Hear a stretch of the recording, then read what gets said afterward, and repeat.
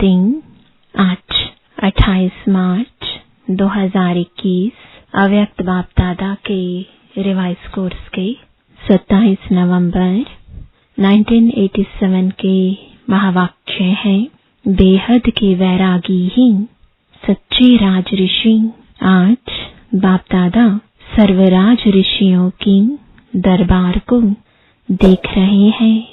सारे कल्प में राजाओं की दरबार अनेक बार लगती है, लेकिन यह राज ऋषियों की दरबार इस संगम युग पर ही लगती है। राजा भी हो और ऋषि भी हो, यह विशेषता इस समय की इस दरबार की गाई हुई है। एक तरफ राजाई अर्थात सर्व प्राप्तियों के अधिकारी और दूसरे तरफ ऋषि अर्थात बेहद के वैराग्य वृत्ति वाले। एक तरफ सर्व प्राप्ति के अधिकार का नशा और दूसरे तरफ बेहद के वैराग्य का अलौकिक नशा।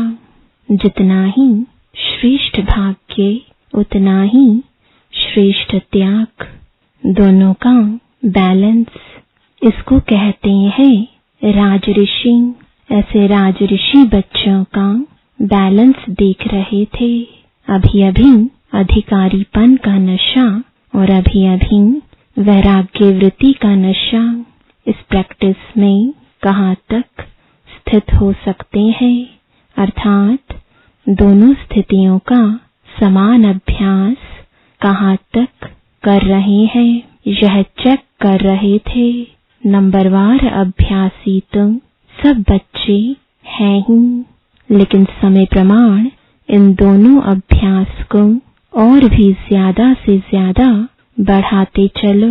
बेहद के वैराग्य वृत्ति का अर्थ ही है वैराग्य अर्थात किनारा करना नहीं, लेकिन सर्व प्राप्ति होते हुए भी हद की आकर्षण मन को व बुद्धि को आकर्षण में नहीं लावे। बेहद अर्थात मैं संपूर्ण संपन्न आत्मा बाप समान सदा सर्व कर्मेंद्रियों की राज्य अधिकारी। इन सूक्ष्म शक्तियों मन बुद्धि संस्कार के भी अधिकारी, संकल्प मात्र भी अधीनता ना हो, इसको कहते हैं राज ऋषि अर्थात बेहद की वैराग्य वृत्ति। यह पुरानी देह व देह की पुरानी दुनिया व व्यक्त भाव वैभवों का भाव, इन सब आकर्षणों से सदा और सहज दूर रहने वाले। जैसे साइंस की शक्ति धरनी की आकर्षण से परे कर लेती है, ऐसे साइलेंस की शक्ति इन सब हद की आकर्षणों से दूर ले जाती है। इसको कहते हैं संपूर्ण संपन्न बाप समान स्थिति। तो ऐसी स्थिति के अभ्यासी बने हो। स्थूल कर्मेंद्रियां, यह तो बहुत मोटी बात है। कर्मेंद्रिय जीत बनना यह फिर भी सहज है, लेकिन मन बुद्धि संस्कार इन सूक्ष्म शक्तियों पर विजयी बनना यह सूक्ष्म अभ्यास है।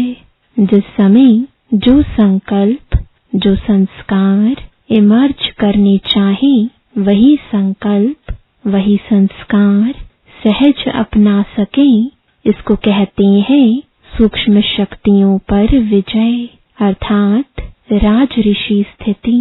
जिस स्थूल कर्मेंद्रियों को ऑर्डर करते हो कि यह करो यह न करो, हाथ नीचे करो ऊपर करो, तो ऊपर हो जाता है ना। ऐसे संकल्प और संस्कार और निर्णय शक्ति बुद्धि ऐसे ही ऑर्डर पर चले। आत्मा अर्थात राजा मन को अर्थात संकल्प शक्ति को ऑर्डर करे कि अभी अभी एकाग्रचित हो जाओ, एक संकल्प में स्थित हो जाओ। तो राजा का ऑर्डर उसी घड़ी उसी प्रकार से मानना, यह है राज अधिकारी की निशानी।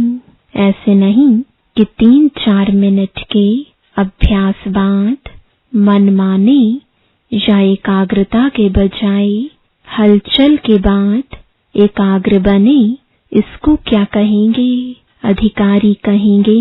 तो ऐसी चेकिंग करो, क्योंकि पहले से ही सुनाया है कि अंतिम समय की, अंतिम रिजल्ट का समय 1 सेकंड का, क्वेश्चन एक ही होगा। इन सूक्ष्म शक्तियों के अधिकारी बनने का अभ्यास अगर नहीं होगा, अर्थात आपका मन आप राजा का ऑर्डर 1 घड़ी के बजाय 3 घड़ियों में मानता है, तो राज्य अधिकारी कहलाएंगे। वह 1 सेकंड के अंतिम पेपर में पास होंगे, कितने मार्क्स मिलेंगे? ऐसे ही बुद्धि अर्थात निर्णय शक्ति पर भी अधिकार हो, अर्थात जिस समय जो परिस्थिति है उसी प्रमाण उसी घड़ी निर्णय करना, इसको कहेंगे बुद्धि पर अधिकार। ऐसे नहीं कि परिस्थिति व समय बीत जाए फिर निर्णय हो कि यह नहीं होना चाहिए था, अगर यह निर्णय करते तो बहुत अच्छा होता। तो समय पर और यथार्थ निर्णय होना, यह निशानी है राज्य अधिकारी आत्मा की। तो चेक करो कि सारे दिन में राज्य अधिकारी अर्थात इन सूक्ष्म शक्तियों को भी ऑर्डर में चलाने वाले कहाँ तक रहे।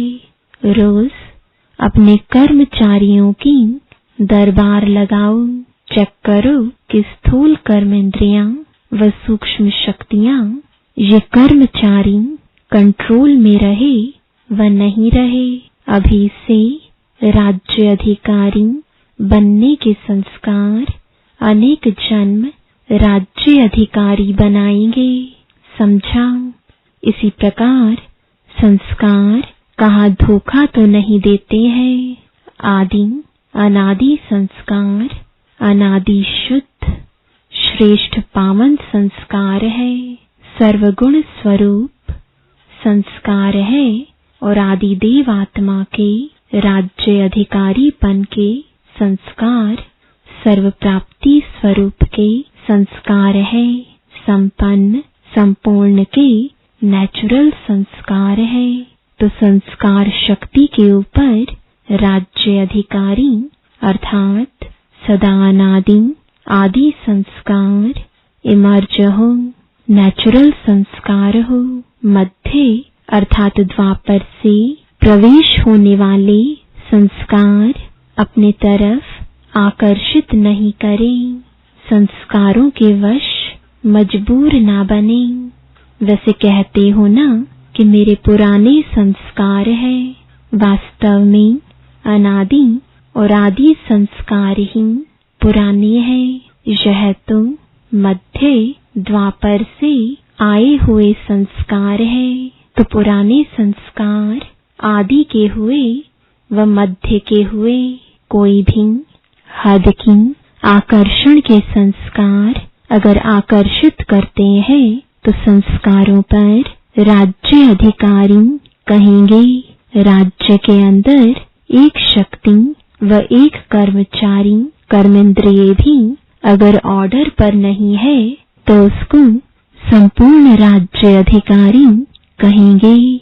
आप सब बच्चे चैलेंज करते हो कि हम एक राज्य, एक धर्म, एक मत स्थापन करने वाले हैं। यह चैलेंज सभी ब्रह्मा कुमार और कुमारियां करते हो ना, तो वह कब स्थापन होगा?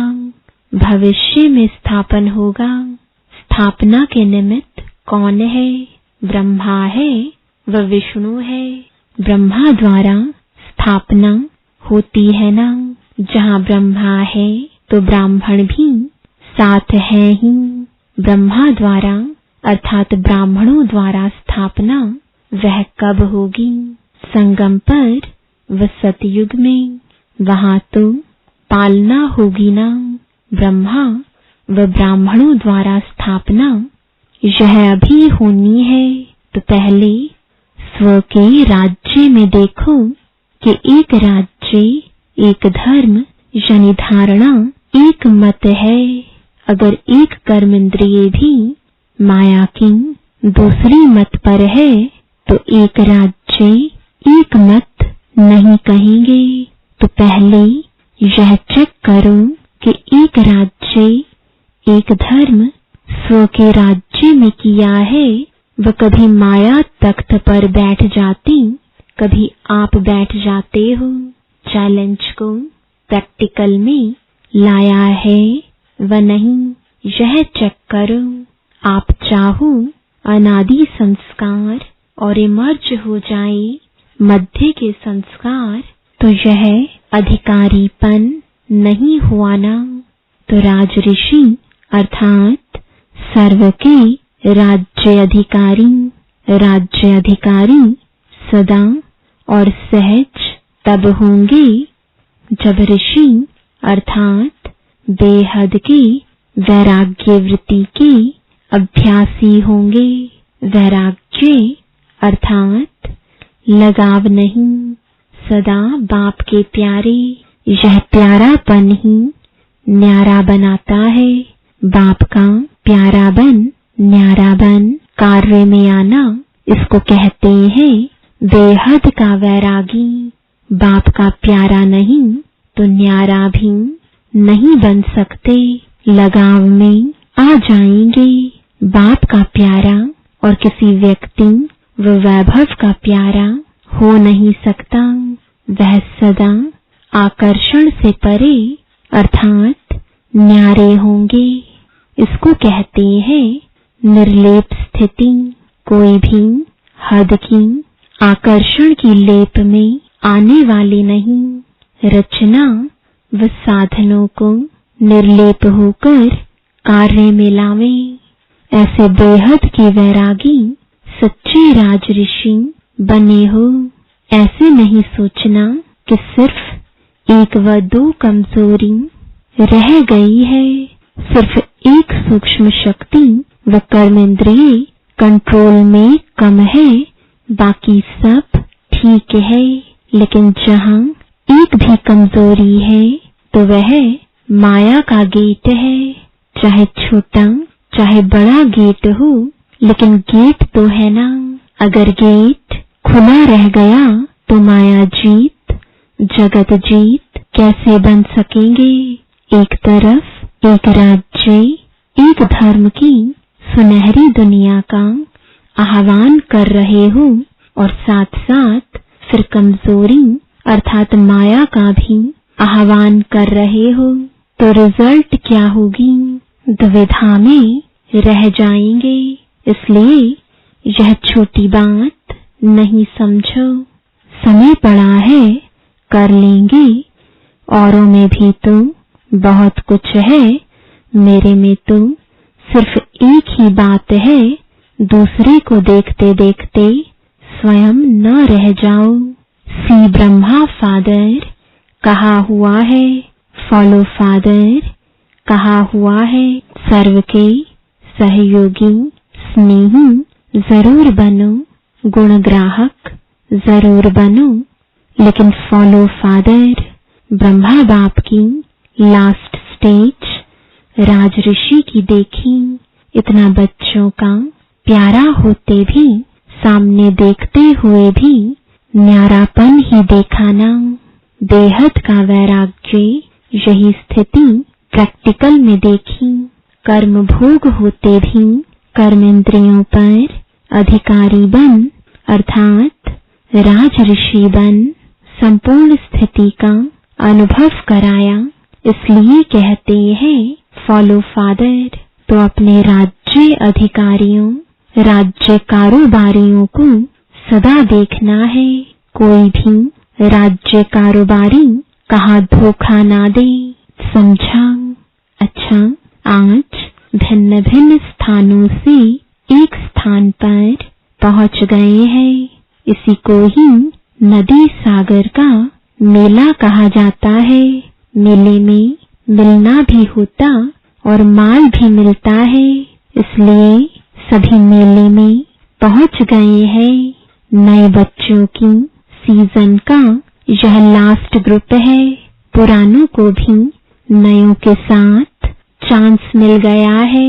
प्रकृति भी अभी तक प्यार से सहयोग दे रही है, लेकिन इसका एडवांटेज नहीं लेना, नहीं तो प्रकृति भी होशियार है।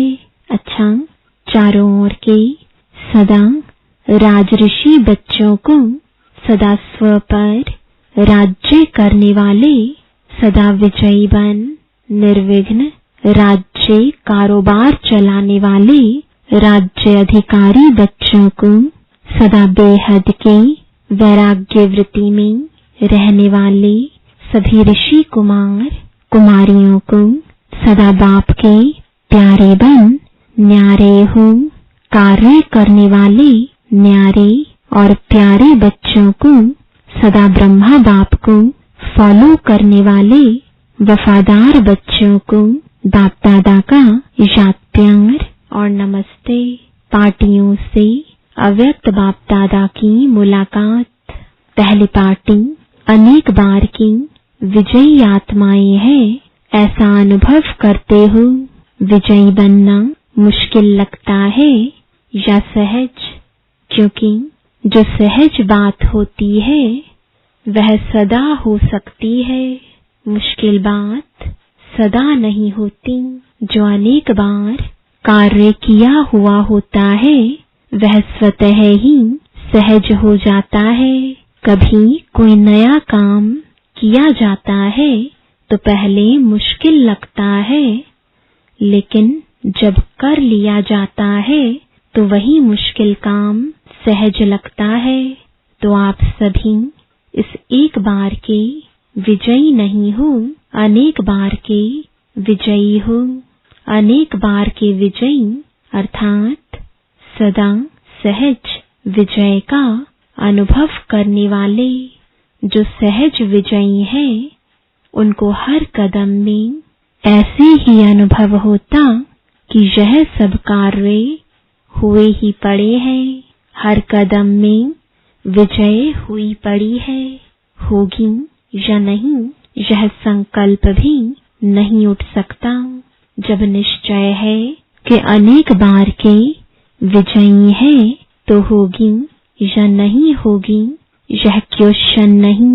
निश्चय की निशानी है नशा और नशे की निशानी है खुशी। जिसको नशा होगा वह सदा खुशी में रहेगा। हद के विजयी में भी कितनी खुशी होती है। जब भी कहाँ विजय प्राप्त करते हैं तो गाजे बाजे बजाते हैं ना। तो जिसको निश्चय और नशा है तो खुशी जरूर होगी। वह सदा खुशी में नाचता रहेगा। शरीर से तो कोई नाच सकते हैं, कोई नहीं भी नाच सकते हैं, लेकिन मन में खुशी का नाचना यह तो बेड पर बीमार भी नाच सकता है। कोई भी हो यह नाचना सबके लिए सहज है, क्योंकि विजयी होना अर्थात स्वतः खुशी के बाजे बजना। जब बाजे बजते हैं तो पांव आपे ही चलते रहते हैं। जो नहीं भी जानते होंगे वह भी बैठे बैठे नाचते रहेंगे। पांव हिलेगा, कांध हिलेगा। तो आप सभी अनेक बार के विजयी हो। इसी खुशी में सदा आगे बढ़ते चलो। दुनिया में सबको आवश्यकता ही है खुशी की। चाहे सब प्राप्तियां हो, लेकिन खुशी की प्राप्ति नहीं है। तो जो अविनाशी खुशी की आवश्यकता दुनिया को है वह खुशी सदा बांटते रहो। दूसरी पार्टी अपने को भाग्यवान समझ हर कदम में श्रेष्ठ भाग्य का अनुभव करते हो, क्योंकि इस समय बाप भाग्य विधाता बन भाग्य देने के लिए आए हैं। भाग्य विधाता भाग्य बांट रहा है। बांटने के समय जो जितना लेने चाहे उतना ले सकता है। सभी को अधिकार है, जो ले जितना ले। तो ऐसे समय पर कितना भाग्य बनाया है यह चेक करो, क्योंकि अब नहीं तो फिर कब नहीं। इसलिए हर कदम में भाग्य की लकीर खींचने का कलम बाप ने सभी बच्चों को दिया है। कलम हाथ में है और छुट्टी है। जितनी लकीर खींचना चाहो उतना खींच सकते हो। कितना बढ़िया चांस है। तो सदा इस भाग्यवान समय के महत्व को जान। इतना ही जमा करते हो ना। ऐसे ना हो कि चाहते तो बहुत थे लेकिन कर ना सके। करना तो बहुत था लेकिन किया इतना। यह अपने प्रति उल्हाना न रह जाए। समझा? तो सदा भाग्य की लकीर श्रेष्ठ बनाते चलो और औरों को भी इस श्रेष्ठ भाग्य की पहचान देते चलो। वहाँ मेरा श्रेष्ठ भाग्य, यही खुशी के गीत सदा गाते रहो। तीसरी पार्टी, सदा अपने को स्वदर्शन चक्रधारी श्रेष्ठ आत्माएं अनुभव करते हो। स्वदर्शन चक्र अर्थात सदा माया के अनेक चक्रों से छुड़ाने वाला। स्वदर्शन चक्र सदा के लिए चक्रवर्ती राज्य भाग्य के अधिकारी बना देता है। यह स्वदर्शन चक्र का ज्ञान इस संगम युग पर ही प्राप्त होता है। ब्राह्मण आत्माएं हो इसलिए स्वदर्शन चक्रधारी हो। ब्राह्मणों को सदा चोटी पर दिखाते हैं। चोटी अर्थात ऊंचा, ब्राह्मण अर्थात सदा श्रेष्ठ कर्म करने वाले, ब्राह्मण अर्थात सदा श्रेष्ठ धर्म अर्थात धारणाओं में रहने वाले। ऐसे ब्राह्मण होना। नामधारी ब्राह्मण नहीं, काम करने वाले ब्राह्मण। क्योंकि ब्राह्मणों का अभी अंत में भी कितना नाम है। आप सच्चे ब्राह्मणों का ही यह यादगार अब तक चल रहा है। कोई भी श्रेष्ठ काम होगा तो ब्राह्मणों को ही बुलाएंगे, क्योंकि ब्राह्मण ही इतने श्रेष्ठ है। तो किस समय इतने श्रेष्ठ बने हो? अभी बने हो। इसलिए अभी तक भी श्रेष्ठ कार्य का यादगार चला आ रहा है। हर संकल्प, हर बोल, हर कर्म श्रेष्ठ करने वाले ऐसे स्वदर्शन चक्रधारी श्रेष्ठ ब्राह्मण है। सदा इसी स्मृति में रहो। अच्छा वरदान है, अपने पूजन को स्मृति में रख। हर कर्म पूजनीय बनाने वाले परम पूज्य भव। आप बच्चों की हर शक्ति का पूजन देवी देवताओं के रूप में होता है। सूर्य देवता, वायु देवता, पृथ्वी देवी, ऐसे ही निर्भयता की शक्ति का पूजन काली देवी के रूप में है। सामना करने की शक्ति का पूजन दुर्गा के रूप में है। संतुष्ट रहने और करने की शक्ति का पूजन संतोषी माता के रूप में है। वायु समान हल्के बनने की शक्ति का पूजन पवन पुत्र के रूप में है। तो अपने इस पूजन को स्मृति में रख। हर कर्म पूजनीय बनाओ, तब परम पूज्य बनेंगे। स्लोगन है, जीवन में संतुष्टता और सरलता का